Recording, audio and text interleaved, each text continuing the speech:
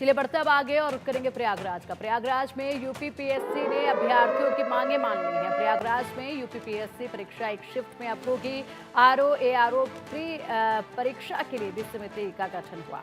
प्रयागराज समिति परीक्षा पर रिपोर्ट पेश करेगी। तो देखिए, जिस तरीके से लगातार यहाँ पर अभ्यर्थी अपना प्रोटेस्ट रख रहे थे और अपनी मांगे रख रहे थे, जिस तरीके से प्रोटेस्ट किया जा रहा था, उसके बाद इन अभ्यर्थियों और पुलिस के बीच में भी काफ़ी खींचातानी देखी गई।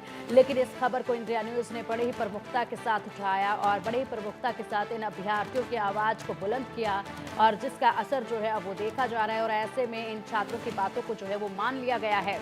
आप देख सकते हैं कि जिस तरीके से लगातार यहाँ पर आयोग अपनी जिद पर अड़ा हुआ था, और आयोग की तरफ से ये लगातार कहा जा रहा था कि परीक्षा 2 पाली में होगी और 2 दिनों में ही होगी और कोई फैसला नहीं बदला जाएगा। इसको लेकर तमाम तैयारियां भी जो हैं वो शुरू कर दी गई थी।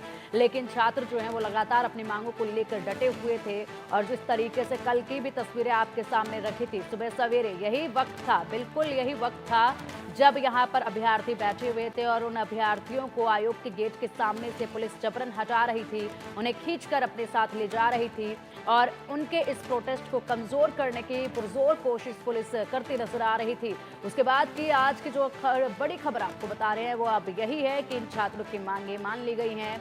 आयोग ने अपना फैसला पहले वाला वापस ले लिया है, और ऐसे में अब मांगों के अनुसार एक ही शिफ्ट में परीक्षा करवाई जाएगी। आरओ एआरओ प्री परीक्षा के लिए समिति का गठन किया है, जिसकी रिपोर्ट सौंपी जाएगी। ये गठन जिस तरीके से किया गया, इसमें अब पूरी एक रिपोर्ट बनाई जाएगी और उस रिपोर्ट को आगे पेश किया जाएगा।